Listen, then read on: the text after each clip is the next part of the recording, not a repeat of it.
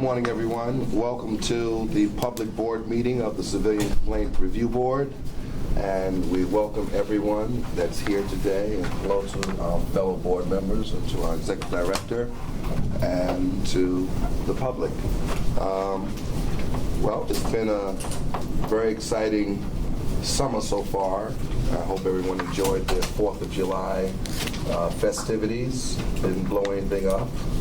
And so one of the things I did want to mention is that very exciting to hear that the mayor has allocated $210 million to make public housing neighborhoods safer. And one of the target communities was Queensbridge Houses, which is one of the neighborhoods that I serve on our campus. And very excited about that with the extended hours for community centers and more activities for youth and young people and more police presence and ways to engage communities. And I think that this possibly will be an opportunity to think about cultural sensitivity as it relates to engaging communities while at the same time trying to address crime in some of these neighborhoods. And so we're going to have now the adoption of our minutes. We do have a quorum. And so if everyone has had a chance to read the minutes from our last board meeting with no corrections or changes, then someone can make a motion to... Motion to pass. Second. All right, all in favor? Great. So the minutes have one abstention. One abstention. Okay, great. And I might say that board member Jeanette Cortez is purporting that she had a baby. She does not look like she's had a baby at all. So, I have pictures to prove it. So, all right, so now we're going to have a report from our executive director. Thank you so much, Bishop Taylor. Good morning, everyone. In June of 2014, the CCRB received 517 complaints within its jurisdiction. This is 77 more complaints than were received in that same period in 2013, when the agency received 440 complaints. And the total intake for the month of June 2014 was 1,190 cases. The board closed 258 cases in June, which is 2,442 cases year to date. In the first 6 months of this year, the board has closed 901 full investigations, which includes 137 substantiated complaints, and our substantiation rate from year to date is 15.2%. In June, civilians and officers mediated 19 cases. Year to date, the CCRB has mediated 81 cases, and in June, the CCRB closed 14 cases as mediation attempted, and for 2014, the board closed 83 cases as mediation attempted. The numbers for May of 2014 have been adjusted to reflect changes in case type and complaint activity numbers. In May, we had in June, we initially reported that there were 455 complaints in May. We are now reporting that we received 442 complaints within our jurisdiction. The numbers from year to date have been adjusted from January through May, and the total number of complaints within our jurisdiction received during that period is 2,222 cases, not the 2,239 as originally reported. From January through June of 2014, the agency received 2,739 complaints, which is 187 more than we received in the same period of time in 2013, when we received 2,552 complaints. And year to date, the CCRB has received 7% more complaints than in the same period last year. The detailed monthly statistical report includes 2 forms of reporting on the disposition of our cases. The first report discusses the truncation rate, and the second report discusses the case resolution rate. You can find those on pages 8 and 9 of our packet. From January through June of this year, the amended truncation rate, excluding cases closed as complaint withdrawn, is 49.4%. In the same period of 2013, the truncation rate was 57.4%. And from year to date, from January through June of 2014, the case resolution rate is 43.6%, which in the same period in 2013 was 33.7%. The agency docket at the end of June of this year was 2,662 cases. This is a 10% increase of our open docket since May, when we were at 2,420 cases. Measured by date that the CCRB received the complaints, 94% of our open investigations stem from complaints that were filed within the last year. And 65% of our open investigations stem from complaints filed within the last 4 months. Of the 2,662 open cases, 588 are awaiting panel review, 1,833 are being investigated, and 241 are in our mediation program. By date of incident, 13 cases in the CCRB open docket are over 18 months or older, which is 0.5% of our open docket. This is 2 more cases than in May of 2014, when we had 11 cases. The breakdown for June of 2014 of cases over the statute of limitations is as follows. 5 cases are pending board review.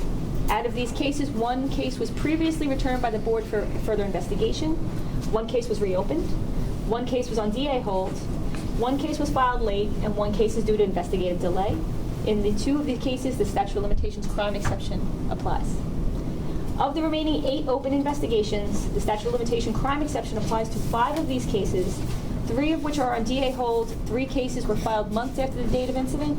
1 case was reopened months after it was originally closed, and 1 case is in mediation and is delayed due to officer identification issues.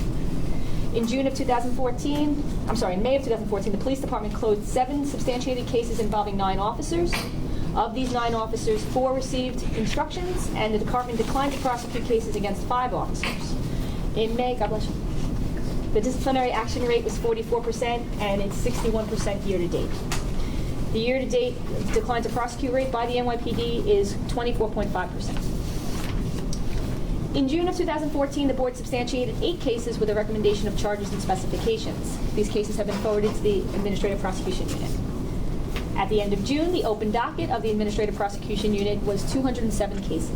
As reported in last month's statistics, the Police Commissioner modified the disposition in 2 cases in March, and those cases are still awaiting final disposition. In 20 cases, pleas have been entered and are awaiting approval by the Police Commissioner.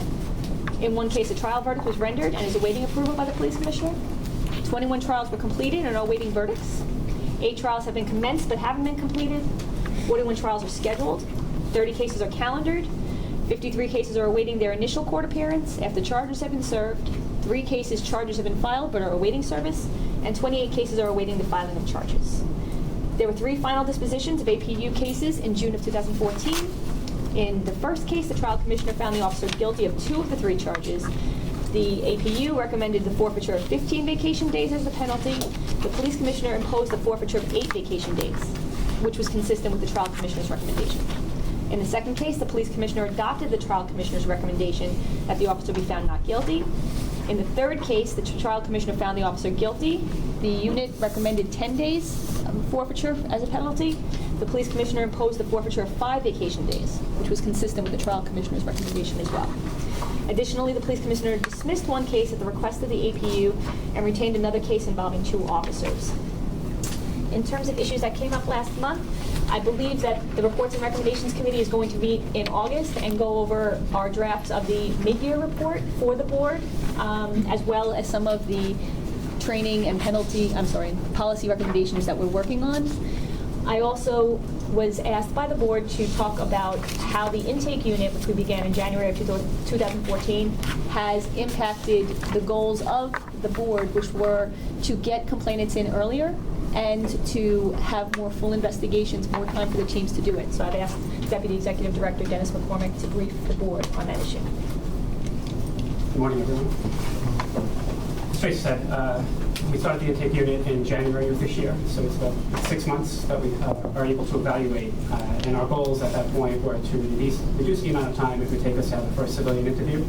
We were looking at the speed and thoroughness of which we would go through an investigation, as well as reduce the truncation rate. So just to start, I'll address the old cases. Dennis, excuse me, can you do it from the front of the room, please? Yes, sorry. Thank you. In January 2014, we had, just on the investigative docket, on the open investigative docket, we had 163 cases. As of July 1st, we had 107, which was a 35% decrease. In the cases that are over 14 months old, we went from 107 down to 40, which is a 63% decrease. So we've seen a substantial decrease in the open docket, older open docket. Dennis, why don't you stand next to the board? And also, I also looked through from the last 6 months of 2013. We closed 1,100 cases, fully investigated cases during the first 6 months of this year versus a little over 900, so which was a 23% increase in that time period. The days for an investigator to complete an investigation in the end of the last 6 months of 2013 was 290 days. So far this year, it's 263 days, and it's 273 days. And in June, it was down to 262 cases. So we've seen a 6% decrease in our time to complete, which has been trending downward every single month. So our hope now is that since we've been closing out so many older cases, that our days to complete will continue to go further down. We've also been getting police documents back quicker, which has also been a big help to our success in that area. Substantiated cases has also gone down pretty significantly. It's gone down 11% from the time period from the last 6 months of 2013 versus the first 6 months of 2014, from 366 days to 327 days. The truncation rate. Last year, it was excluding truncations, excluding withdrawals, it was 57%, and with withdrawals, it was 65%. This year, it's 49%, excluding withdrawals, and it's 57%. So there's been an 8% decrease in the truncation rate this year. It's also the lowest truncation rate we've had at the CCRB since 2007. Days to contact the first civilian interview. Last year it was 28 days. So far with the new intake unit, it's been 21 days. So it's a 25% decrease so far this year. And we think that by us being able to contact people or schedule people during the first call, we've been able to, that's the reason why this number has been knocked down. Withdrawals, we've also seen a decrease. It's 11% decrease over those two time periods. And again, we think that our ability to get people when they call in and they're really hot or into the complaint, that we're able to schedule and get them in as quickly as possible. That's aided us. Mediation is one other area. We've seen an increase of 6% in this time period. It's also good to note that during the time period we've seen an increase in the last 3 months. We've worked on training, which I want to thank Lisa Cohen and the mediation unit, that they've gone and worked with a lot of people in the intake unit, and those numbers have been steadily increasing. So all in all, it's the things we wanted to measure, days to complete, the truncation rate, and the rate at which we get to people, we've seen significant increases, as well as we've seen significant increases in the productivity of the investigative staff as far as cases closed. All in all, it's been a very, very good 6 months so far. Yes. Dennis, thank you for that report. I notice on the list of cases where the SOL was blown, we have one case where the board returned it for further work, and then the SOL, I'm familiar with one case, I know the specifics of the case, where the SOL has been blown now. And it appears that maybe several of those allegations are going to be substantiated. I don't know if that was the initial recommendation of the investigator, but it appears that it may be going that way. So I think a word for the investigative staff is when we send cases back for the review, they should kind of get on those cases very quickly. First of all, look at the SOL date, see how quickly it's approaching. Secondly, get the officers in if that be the case. I think there was, in the case that I'm talking about, there could be a possible delay of 5 or 6 months before any interviewing was done after the case went back.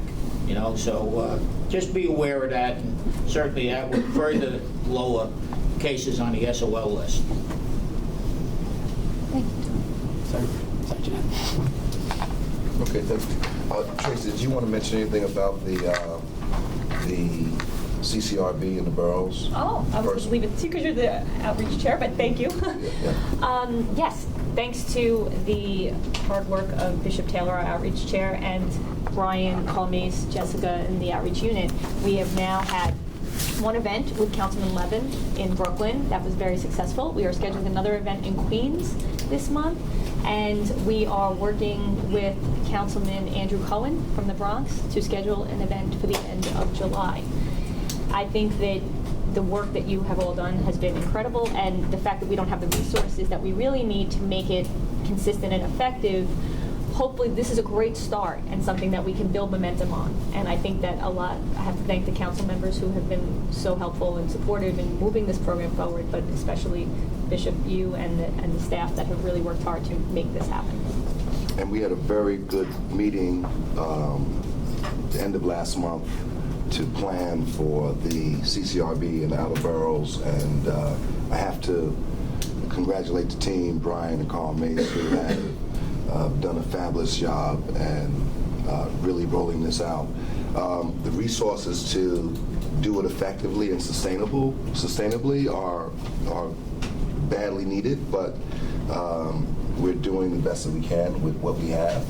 And I expect that as we begin to roll out more locations, especially locations that are closer to high incident areas, that we're going to have more participation. And then also trying to get online the process of people being interviewed via telecom communications that is secure and that can offer more availability and ease of filing complaints and being interviewed, I think will also culminate in a more effective process for the population to air their feelings and make their complaints as they have interactions that may warrant it.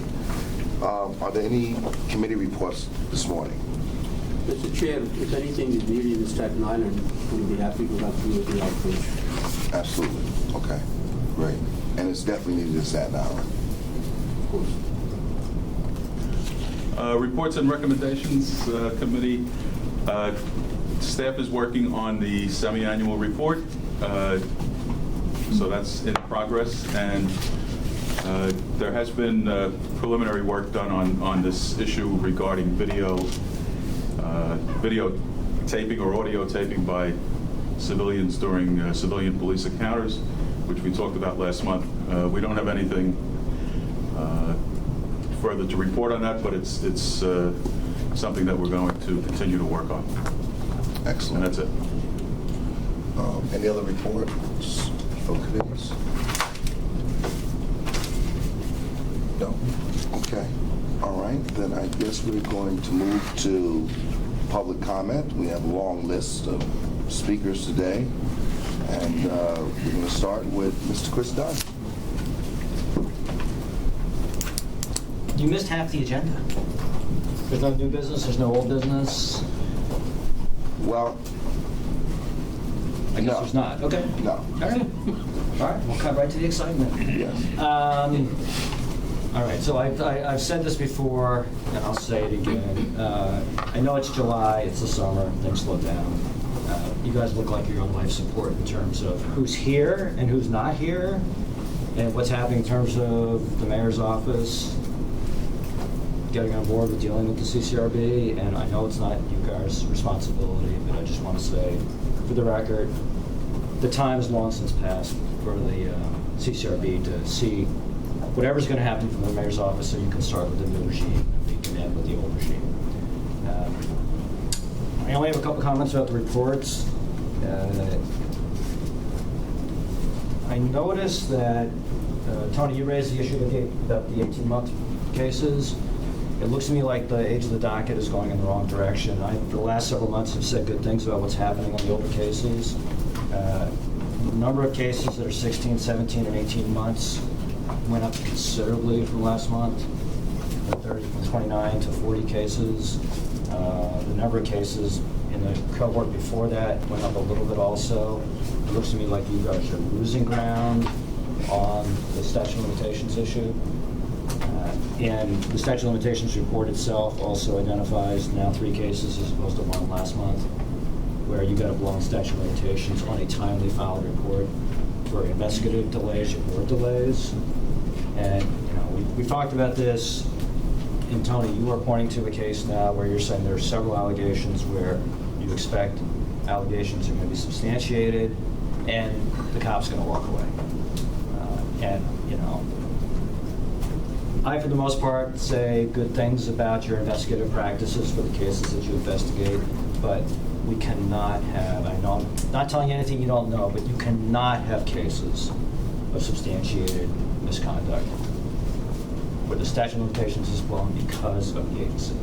That's just completely unacceptable. The number has to be 0, and we keep having those. And we have 7 so far this year, and I raised this last month about the reconciliation report that was in the last month's report that showed for the first time 7 blown statute of limitations substantiated cases went to the department. That is the most egregious thing that could happen in terms of an investigation. I also see that the board docket has gone up considerably in the last month. It looks like panels are not meeting. It's a 50% increase from last month in terms of the cases that are pending board review. So it looks to me like there's an investigative issue and there's a board issue, and panels are not meeting, and statute of limitations are getting blown. That's on your guys' hands, and that's going to be followed. So that's just a huge issue. I also see that the dupe rate has gone back up. Had a bunch of cases duped last month. And we're back to getting close to an historical high in terms of the cases the department's dismissing. I realize that the department is disposing of a much smaller percentage of cases now by virtue of the APU. That's a good thing. But you still have, I think, a real concern about the dupe rate. And I don't know what conversations there have been about that, but I worry that if I'm the department, I see that you guys are hobbled, that you don't have full staffing, you don't have whatever appointees you're going to have. They're kind of saying we don't have to worry about the CCRB that much. And I worry about the figures I see in this report, certainly on dupes, which is a clear signal from the department. They're not going to respect dispositions of cases that you have substantiated. So I just note that. The final thing I'll say about the reports and recommendations, Jim, I'm happy to hear the semi-annual report is in play. You guys did a terrific job in terms of getting the annual report out quickly. I assume something similar will happen with the semi-annual report. I will reiterate something that I said before and has been discussed since, which is to the extent that the semi-annual report is an opportunity to talk about some policy issues, those reports and the annual reports are the perfect platform to do that. And I know it's too soon, or I take it from what you said, Jim, to talk about the photography issue in the semi-annual report. But I just want to reiterate, the annual report and the semi-annual report are the 2 publications you put out that most people see. And it is the most important opportunity for the agency to say something beyond just what we're doing with investigations. For a long time, those reports have not talked about any policy issues. And whether it's a semi-annual report or not, I hope that that becomes a normal part of your report. That's all I have to say. Thank you. Thank you, Mr. Dunn. Just to clarify for the record, the SOLs that you're referring to is not a result of the board not meeting in panels.